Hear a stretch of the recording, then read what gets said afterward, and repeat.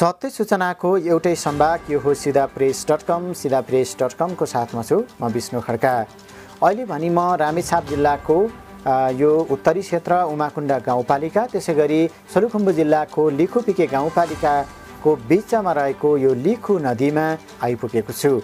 यति बेला मेरो साथमा म मात्रै छैन, लिखुपिके गाउँपालिका अध्यक्ष मीना कार्की बस्नेत, त्यसैगरी उपाध्यक्ष गाङ लाक्पा शेर्पा, त्यसैगरी वडा नम्बर 2 का वडा अध्यक्ष मणिराज बस्नेत, वडा नम्बर 3 का वडा अध्यक्ष ध्रुवबहादुर बस्नेत, वडा नम्बर 4 का वडा अध्यक्ष हिक्मत बहादुर बस्नेत लगायत जिल्ला समन्वय समिति सोलुखुम्बुका प्रमुख कृष्ण निरौला पनि हाम्रो साथमा हुनुहुन्छ। यो सिङ्गो पालिकाको सरकार यहाँ आइपुगेको छ।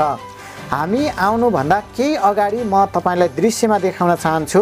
यहाँ यो सुरुङ मार्ग जुन यति बेला चाहिँ यो राङदा हाइड्रो पावरमा छौँ हामी। राङदामा रहेको ड्यामको मुनिपट्टिबाट पानी पुरै सुक्खा थियो, 0% पनि पानी यहाँ चलेको थिएन।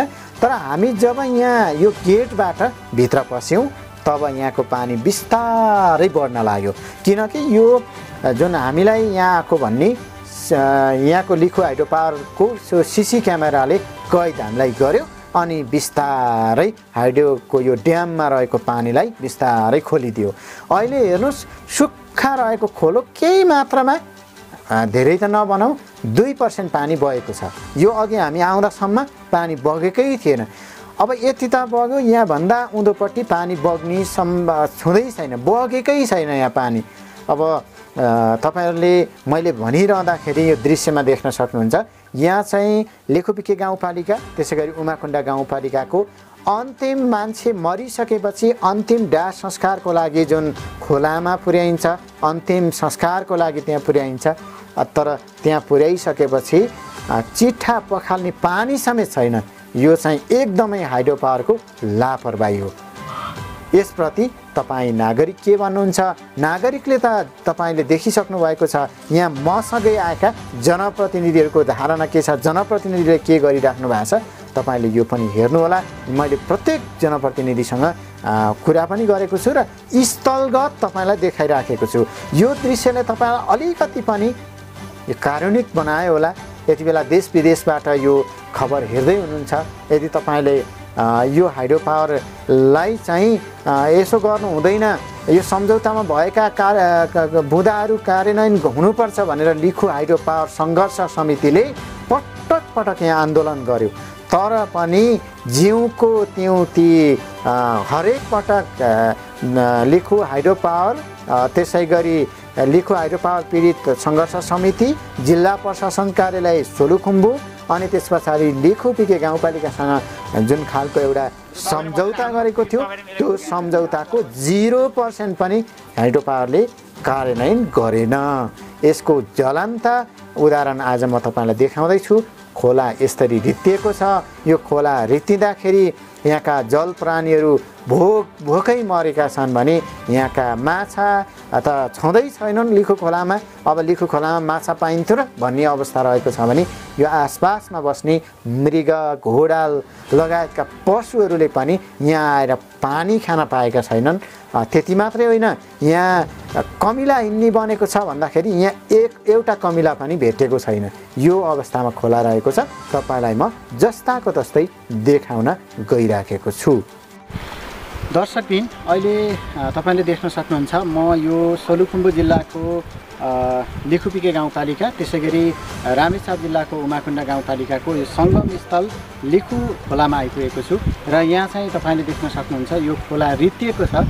कुनै बेला यो खोला प्रशस्त पानी भएर बग्थ्यो र यहाँ लिखुपिके गाउँपालिका वडा नम्बर 3 त्यसैगरी लिखुपिके गाउँपालिका वडा नम्बर 2 को यो जुन हिन्दू संस्कार अनुसार मान्छे मरिसकेपछि खोलामा अन्तिम संस्कार गर्न ल्याइन्छ, जुन मुर्दा घाट भनिन्छ, त्यो घाटमा हामी यति बेला म छु र यहाँ चाहिँ तपाईँले देख्न सक्नुहुन्छ यो जुन हाइड्रो पावर सञ्चालन गर्दाखेरि एउटा राज्यको नियमअनुसार हाइड्रो पावर सञ्चालन गर्दै गर्दाखेरि 10% खोलामा पानी अनिवार्य रूपमा छोड्नुपर्छ भनेर जुन एउटा सम्झौता छ, नियम छ, त्यो नियमलाई चाहिँ उल्लङ्घन गरेर अहिले लिखु खोला जुन हाइड्रो पावर सञ्चालन गर्दाखेरि यो एमबी दुगट ग्रुपले यसरी खोलालाई एकदमै सुकाएर यो अवस्थामा पुर्याएको छ र यो मैले भनिरहँदाखेरि यहाँका नागरिकहरू, यहाँका स्थानीयहरू र यहाँको जनप्रतिनिधिहरू के भन्नुहुन्छ यसको विषयमा पनि मैले प्रत्यक्ष रूपमा जनप्रतिनिधिहरूसँग पनि कुरा गरेको छु र यस सोलुखुम्बु जिल्लाको जिल्ला समन्वय समिति प्रमुख कृष्ण निरौलाले पनि यहाँ अनुगमन गर्नुभएको छ। उहाँहरूले हेरेको जस्ताको जस्तै हामी प्रस्तुत गर्न चाहन्छौँ। हिजो सम्झौता गर्ने बेलामा चाहिँ 10% पानी छोड्ने भनेर सम्झौता गर्ने, अनि अहिले 1% पनि पानी नछोडेर चाहिँ यो सम्पन्न भइसकेको आयोजनाहरूले यो यहाँ मात्रै होइन, अन्त पनि यो समस्या छ। तर यस्तै चाहिँ समस्या होइन, केही पर्सेन्ट पानी अन्त मैले देखाएको छु। तर यहाँ त 0% छ, यहाँ 0% छ।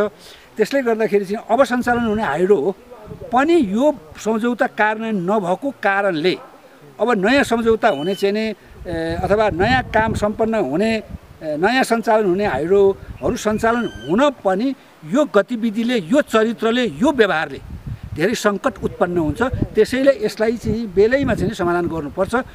यदि समाधान नगर्ने हो भने यसले गम्भीर सङ्कट चाहिँ उत्पादन गर्न निम्त्याउन सक्छ।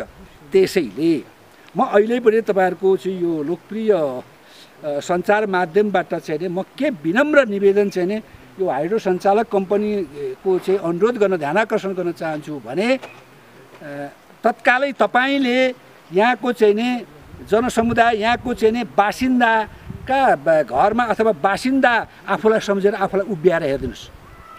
यहाँ चाहिँ यत्र तत्र चाहिँ यहाँ डढेका चाहिँ ठुटाहरू, काठहरू चाहिँ यहाँ सब जलाएका चाहिँ काठहरू चाहिँ यत्र तत्र छन्। यहाँ यत्र तत्र चाहिँ निहालेर हेर्ने हो भनेदेखि चाहिँ यहाँ अवशेषका रूपमा रहेका चाहिँ मान्छेका हड्डीहरू छन्।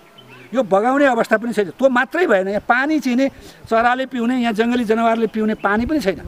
यो कारणले गर्दा यहाँ सांस्कृतिक सङ्कटदेखि लिएर जैविक सङ्कट, सबै प्रकारका सङ्कटहरू चाहिँ यो अलिकति पनि पानी, मतलब 10% पनि भन्दैन, अलिकति पनि पानी नछोडेको कारणले निम्ति नै देखियो। त्यसैले यो सङ्कट र यो जटिल परिस्थिति आउनुभन्दा पहिले नै म सरकारवाला यो हाइड्रो कम्पनीसँग विशेष आग्रह गर्न चाहन्छु, यो समस्या चाहिँ गम्भीर ढङ्गले अगाडि नलानुहोस्, छिटोभन्दा छिटो समस्या समाधान गर्नुहोस्। लिखुपिके गाउँपालिकाको वार्ड नम्बर 2 र 3 को राङ्दा भन्ने सिमानाकोमा आएका छौँ र हाइड्रो पावरको एमबी दुगटद्वारा सञ्चालित यो जुन हाइड्रो पावरले चाहिँ खोलामा 10% छोड्ने पानी उहाँहरूले चाहिँ दाबी गर्नुभएको छ, हामीले छोडेका छौँ भन्नुभएको छ। अन्य जुन सामाजिक उत्तरदायित्वमा गर्छु भन्ने कुरा सम्झौता गरेका कुरा त कागजमा मात्रै सीमित भए, तर यो त प्रत्यक्ष 10% छोड्ने पानी चाहिँ प्रत्यक्ष यहाँ देखिने हुनाले अहिलेसम्म यो हालत छ। कमिलो पनि यहाँ हिँड्दो रहन्छ, किनभने तातोले डढेर मर्ने, चराचुरुङ्गे पानी कहाँ गएर खाने, सबै भएको खोला खोल्सामा भएको पानी पनि उहाँहरूकै सुरङभित्र हालेको छ। त्यो भएको उहाँले यहाँ जङ्गलमा रहने मृग घोरल अनि यहाँ चराचुरुङ्गीहरूले पनि पानी नखाने अवस्था यहाँ चाहिँ यस्तो सिर्जना भएको छ। त्यसैले अब स्थानीय नागरिकको आवाज पनि केही छ, किन चाहिँ अहिलेसम्म चाहिँ केही गरिएन, तपाईँहरू आएकै 2.5 वर्ष भइसक्यो भन्नुहुन्छ। हामीले पटक पटक उहाँहरूलाई रिक्वेस्ट गरेर हामी चाहिँ विश्वयुद्ध पनि छलफलकै आधारमा टुङ्गिन्छ, छलफल गरौँ भनेर उहाँहरूको विषयमा चाहिँ हामीले पटक पटक यस्ता कुरा राख्दाहरू उहाँहरू छलफलमा आउनु भएन। सिधो कार्यालयमा गएर हाम्रो गरेका सम्झौताहरूलाई पनि व्यवस्था गरेर अहिले चाहिँ हामीलाई यो अवस्थामा हाइड्रो पावरले पुर्याएको छ। पावरको विषयमा चाहिँ अब यहाँ पटक पटक हामी जनप्रतिनिधि नागरिकहरूले चाहिँ धेरैचोटि आन्दोलन गर्नुभएको त सबैलाई जानकारी छ। तर यसको विषयमा के छ भने खास गरी हामीले हाइड्रोलाई केही मागेकै होइन, व्यक्तिगत रूपमा नेपाल सरकारसँग सम्झौता गरेको जुन बुँदा छ। अब सामाजिक उत्तरदायित्वको विषयमा यो जुन खोलामा 10% पानी छोड्नुपर्ने विषयमा हामीले के मात्रै गरिदिनु पर्ने छ भने हामीले नियम सम्मत, उहाँले नेपाल सरकारसँग सम्झौता गरेको नियम सम्मत मात्रै गरिदिनुहोस् भनेको छ। अब यहाँ अहिले वडा अध्यक्षहरूले नि भन्नुभएको छ, यहाँ तपाईँहरूले पनि देख्नुभएको छ। अब हामीले धेरै बोल्नुभन्दा अब तपाईँहरूले चाहिँ यो मिडियाकर्मी साथीहरूले चाहिँ यो भिडियो फोटो गरेर देखाउनु भयो भने हामीले बोल्नै पर्दैन, प्रश्न रूपमा नै प्रमाणित हुन्छ कि अब हामीले बोलेको कुरा चाहिँ बढाइचढाइ गर्न सक्छ। तर के फोटो अथवा भिडियो गरेर देखायो भने यो सारा दुनियाँले चाहिँ यो लिखुमा सञ्चालित एमबी दुगट हाइड्रो पावरले चाहिँ कति चाहिँ अनियमितता गरेछ भन्ने कुरा चाहिँ यहीँबाटै प्रश्न। यही पनि बेलामा यो पानी नदेखेको हामीले चाहिँ हरेक तहमा पनि कुरा गऱ्यौँ र सङ्घमा प्रदेशका मान्यहरू सङ्घीय मान्यहरूलाई नै हामीले यहाँ ल्याएर यसको अवस्था पनि बतायौँ। यसको चाहिँ यो हाइड्रो पावरले गर्न खोजेको कुरा हामीले चाहिँ बुझेनौँ। यहाँको जनतासँग नि हामी पटक पटक यो विषय राखेका छौँ।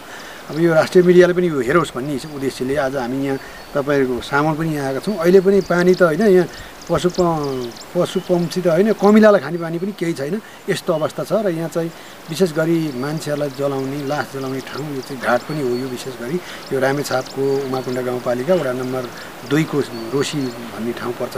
पारिपट्टि भने वारिपट्टि लिखुपिके 3 नम्बर वडाको र 2 नम्बर वडाको घाट यही हो, राङ्गा घाट भन्ने यस्तो अवस्था छ। यहाँ चाहिँ यो पानीको चाहिँ अब अहिले हामी यहाँ अकस्मात आएको होइनौँ, हामी अलि अगाडिदेखि आउँदाखेरि नै पानी थिएन, यो पहिलादेखि नै पानी थिएन, अहिले पनि छैन। र केही समयमा चाहिँ अलिअलि पानी उताबाट चाहिँ थोरै पानी बग्दै अलि माथि आउँदै गरेको हामीले देख्यौँ। यहाँ अलिक तलको भूभागमा हामी छौँ। यो अवस्था हेर्दा चाहिँ हामीले अब कति ठाउँमा कुरा गर्ने, यो आन्दोलनको हिसाबले नै हामीले स्थानीय नागरिकहरूले पनि यो आवाज उठाए। यसलाई चाहिँ अब यस्तो अवस्था छ। यो चाहिँ हाम्रो राष्ट्रिय मापदण्ड र यो चाहिँ विद्युतीय मापदण्ड अनुसार कम्तीमा खोलामा जम्मा 10% मात्रै पानी भइदिए पनि केही हुन्थ्यो, त्यो पनि छैन। अब यो सेवा भन्दा पनि यो चाहिँ यहाँको जनताको पीडित जनताहरूको लाई चाहिँ हेलचेक्राइ गरेको देख्छु म। त्यो हिसाबले पनि यो आवाज चाहिँ माथिसम्म जाओस् भन्ने गरी मिडिया मार्फत पनि यो कुरा जाओस् भन्ने म अनुरोध गर्न चाहन्छु। र यहाँ चाहिँ पानी छोडिएको छ, अघि भर्खर मात्र यहाँ चाहिँ सुक्खा थियो। अब यो खोलामा कति % पानी छोड्नुपर्छ भन्ने नियम पनि छ र त्यसमा तपाईँहरू जनप्रतिनिधि हुँदै गर्दाखेरि यहाँ आउँदाखेरि अहिले पानी चाहिँ बढेको छ, यस विषयमा के भन्नु? यो चाहिँ जुन चाहिँ माछा अनि यो चाहिँ वन्य जन्तुले जुन बाँच्न पाउनु पर्ने अधिकार छ, त्यसको लागि चाहिँ उहाँहरूले 10% पानी छोड्न पर्यो। 10%मा को ठाउँमा यति पानी छोडेको छ र यो यहाँ बसेका माछा जलचरदेखि तल बुकुसम्म जाँदा त यो यहीँबाट 10 मिटरसम्म पनि यो पानी छ, 10 देखि 15 मिटरसम्म पनि यो छैन। अहिले चाहिँ बढेको स्थिति छ र यो त जनावरकै अधिकार पनि हरण भएको छ र यहाँको माछाहरूलाई 10% पानी छोडेर मत्स्य पालनलाई प्रोत्साहन दिनुपर्ने, माछा पालन हुनपर्ने ठाउँमा पुरै सुक्खा गरी चाहिँ एउटा जुन चाहिँ अपराध गर्नको लागि पनि यो पानी नछोड्नु अपराध हो। किनभने यो पानीमा बाँच्ने जीवको लागि त पुरै काहीँ बस्ने ठाउँ पनि छैन, उसको मृत्युबाट हुने भएको हुनाले जस्तो मानवता छ त्यस्तै चाहिँ मानवलाई बाँच्नलाई पानी चाहिन्छ, त्योभन्दा बढी माछालाई पानी चाहिन्छ। तर त्यो चाहिँ एक थोपै नहुने भएको हुनाले चाहिँ अब हाम्रो लिखु पिकेको चाहिँ एकदम दुर्दशा छ। अहिले चाहिँ हामी आउनुभन्दा पहिला चाहिँ सुक्खा थियो, अहिले चाहिँ हामी आएको देखेर के अलिकति पानी बढिरहेको छ। उहाँ पनि हेर्दा थाहा हुन्छ अब केही बढ्दैछ, हामी एकछिन यहाँ बस्छौँ, त्यो बस्दाखेरि त्यहाँ चाहिँ बढिरहेको थियो होला। हामी सद्गत गर्ने ठाउँ यो छ र यहाँ पटक पटक हामीले यसरी चाहिँ यो ठाउँ बनाइदिए र यो ठाउँ उपयुक्त गर्दै पनि पार लाएर यो चाहिँ के अरे हाम्रो संस्कार अनुसार चाहिँ उँधो कहिले पनि लान नमिल्ने र उँभो लान मिल्ने भनेर चाहिँ हामीले उँधो चाहिँ लास लाँदैनौँ र जुन यो अहिले दाल संस्कार पहिला पुरानो उसबाट अहिले चाहिँ लिएर आउँदाखेरि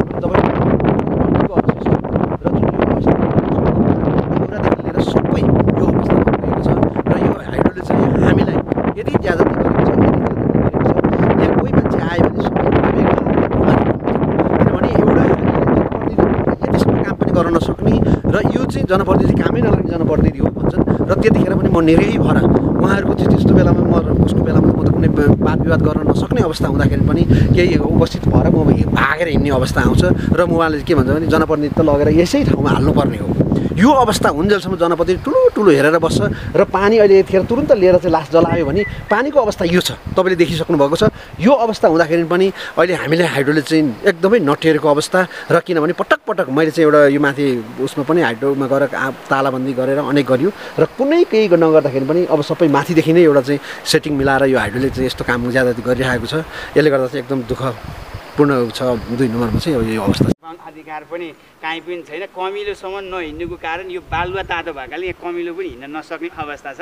त्यो भएको हुनाले हाम्रो चाहिँ हिन्दू धर्म अनुसारको त्यहाँनिर दाउरा छ, संस्कार गरेको छ। सत्य सूचनाको एउटै सम्वाद सिधाप्रेस.com।